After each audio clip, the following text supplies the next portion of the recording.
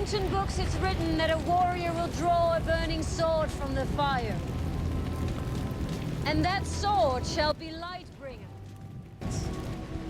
Your sword awaits you.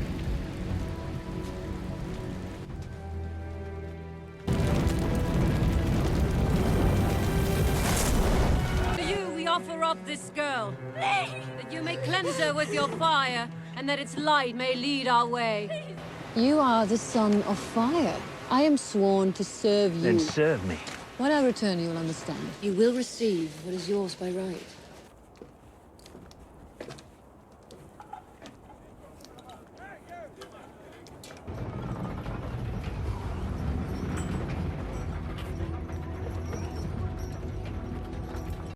If I fall, don't bring me back. I'll have to try. I'm ordering you not to bring me back. I am not your servant, Jon Snow. You're in my camp. I'm the commander. If the Lord didn't want me to bring you back, how did I bring you back? I have no power. Only what he gives me, and he gave me you.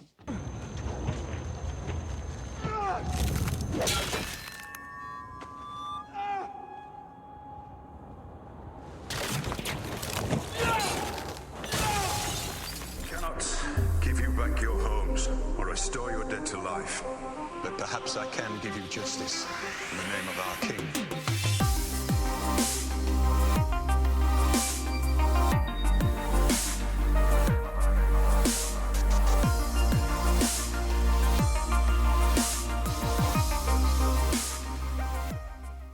Hey everyone. If you spent a second looking into popular Game of Thrones theories, you've probably heard about the most important sword in the world of Westeros, aptly named Lightbringer. Lightbringer is the sword of Azor Ahai, a legendary hero who is prophesied to fight the Great Other. Lightbringer is thought to be a sword made of living fire. It is also known as the Red Sword of Heroes. A little background from the books explain that at one point in history, Westeros was overcome by the Long Night. This is the time when the others, or in the show, the White Walkers, were fought by the first men to end the Long Night, concluding with the battle referred to the Battle of the Dawn. Remember that name because it comes up again.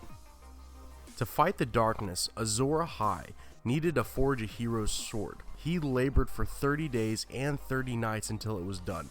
However, when he went to temper it in the water, the sword actually broke, so he started over. The second time, it took 50 days and 50 nights to make the sword, all the more better than before. Tempering it this time, Azor Ahai captured a lion and drove the sword into its heart, but once again the steel shattered. Forging the blade a third and final time, he worked for 100 days and 100 nights until it was finished. Then he called for his wife, Nissa, and asked her to bare her breast. He drove his sword into her breast, combining her soul with the steel of the sword, finally completing Lightbringer. This is why Melisandre had Stannis do some pretty terrible things, because she truly believed he was Azor Ahai reborn. It has been foretold that when the stars bleed and the cold winds blow, a warrior shall draw from the fire a burning sword, and that sword will be Lightbringer. The one who draws it will be Azor Ahai reborn.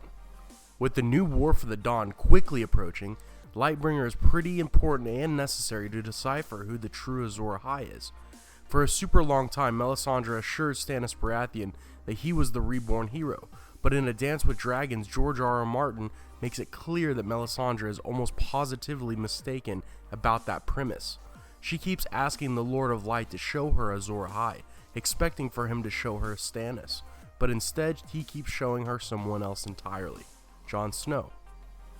So after the season 6 finale, we know Jon is half Targaryen, and we know he's going to continue rallying the North for the war against the White Walkers. It's also pretty plausible that he needs to team up with his aunt Daenerys to ensure that they put an end to the Long Night.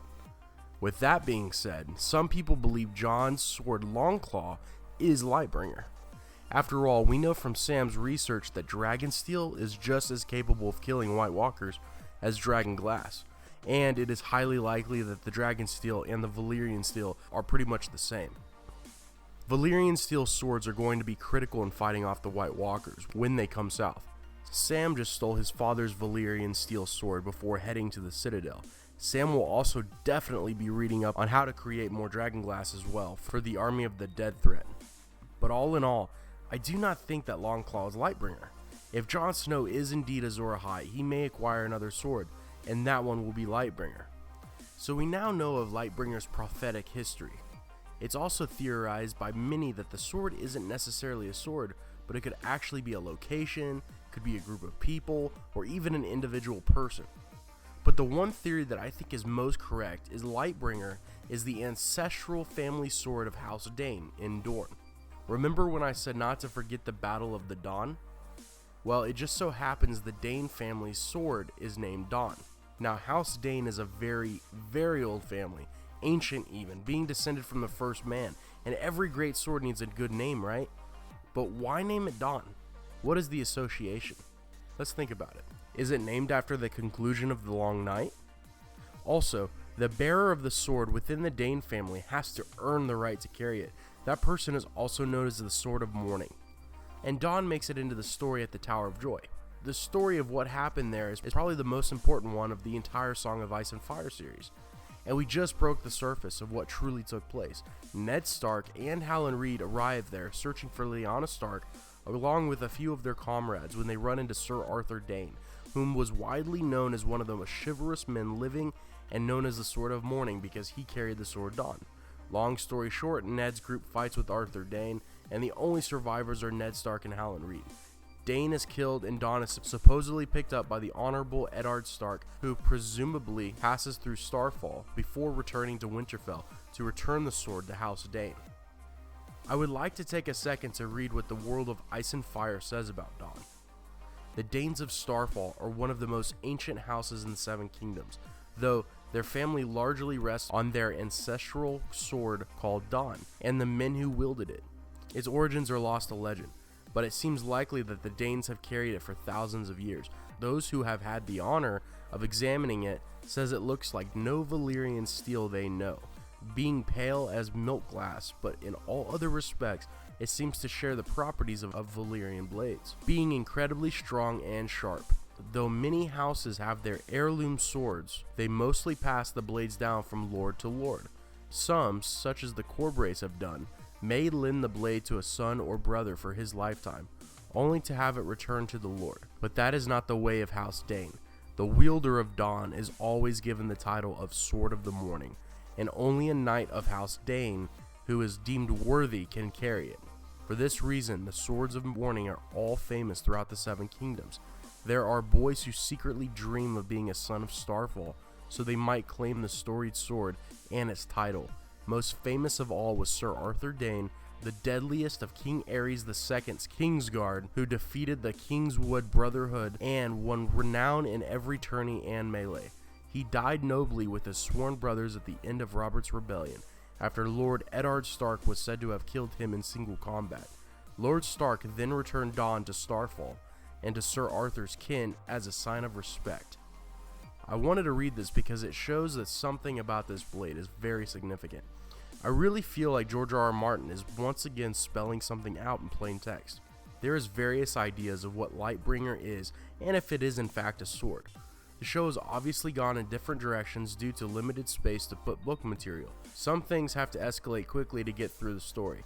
If Lightbringer is actually the sword Dawn, it would make sense. It's a sword that has been passed down for thousands of years, and it's so old it can't accurately be tracked to its origin.